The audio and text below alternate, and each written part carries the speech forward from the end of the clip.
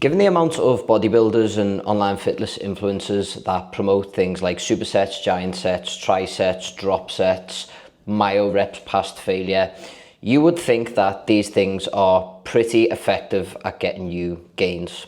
But what if I was to tell you right now that performance supersets is actually going to be really, really detrimental to your performance in the gym and subsequently your ability to build muscle? And this all comes down to one thing, which is called central motor command. So the process of central motor command is essentially that we have signals that originate inside our brain, right? And these initiate and control voluntary movements, such as the ones that you are doing in the gym. Central motor command is a neural signal. It originates in the brain, and it specifically originates from an area called the motor cortex. What happens then is these signals travel down the spinal cord and activate motor neurons. These neurons then go on to stimulate the appropriate muscles and cause them to contract and produce movement. The intensity of the central motor command determines the strength of the actual muscle contraction itself and the extent of motor unit recruitment, that is to say, whether we are recruiting the largest motor units in the muscle or not. Now, what central motor command does do is contribute to something called central fatigue, and that's essentially because the brain is working so hard and so long to continue giving you that force production that you need to finish your set. So we have a massive build-up of central fatigue. And in case you've ever watched any of my videos before, you will know that I look at central fatigue as the devil intra-workout, because it basically hampers your ability to recruit the high threshold motor units. And we know from Henneman's size principle that when we are lifting weights, the easier the set is, i.e. in the beginning of the set, we are recruiting the smaller motor units. And then as we get closer and closer to failure, we start to recruit those high threshold motor units, which is ultimately what induces hypertrophy. Now, to put that in layman's terms, that pretty much means that we need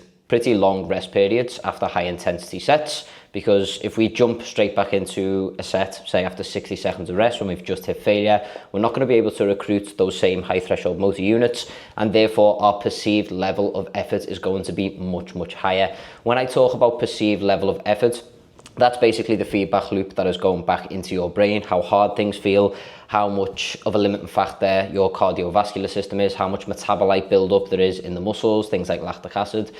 All of those things are going to contribute to how hard a set feels, and the harder a set feels, the worse our brain's ability is to actually help us produce more force. And this is exactly why I don't really like the use of supersets in the traditional sense, because although some people like to claim, if we do say a bicep and tricep superset, that the biceps are working really hard in one set and then they are completely resting in the next set, that's actually ignoring a massive contributing factor to fatigue, which is central motor command. So yes, while your biceps might be resting and your triceps might be fresh, there's going to be a massive hampering effect because you have not given yourself enough time to clear the metabolites from the muscle and for your central fatigue to start to clear out. And if any of my clients are watching this, you might think, well, Leighton, you still prescribe supersets in your workouts?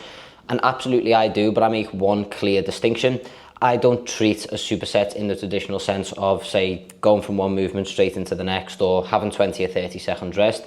What I actually promote is almost treating the exercises as if we are doing the same exercise and having the same amount of rest period. So let's say we're going from a bicep curl into a tricep extension. I would do the bicep curl and then I would wait for maybe 90 seconds or however long you would usually wait after a really high effort set, and then go into the tricep extension itself. That way we can still get that kind of benefit of rest in the muscle itself, but we're also not hampered by the central fatigue that's brought on by performance sets in quick succession. Now, it's important to note that the more well-trained you are, the more efficient you will be in your central motor command.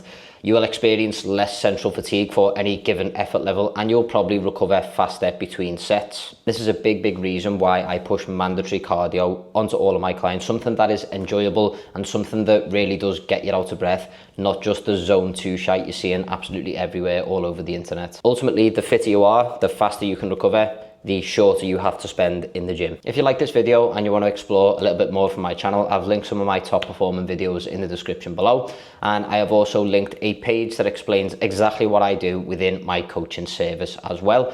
If you want to click through to that and sign up to my daily newsletter, you are going to get heaps and heaps of value pinged straight to your inbox every single day. Thanks for watching, and I'll catch you all soon.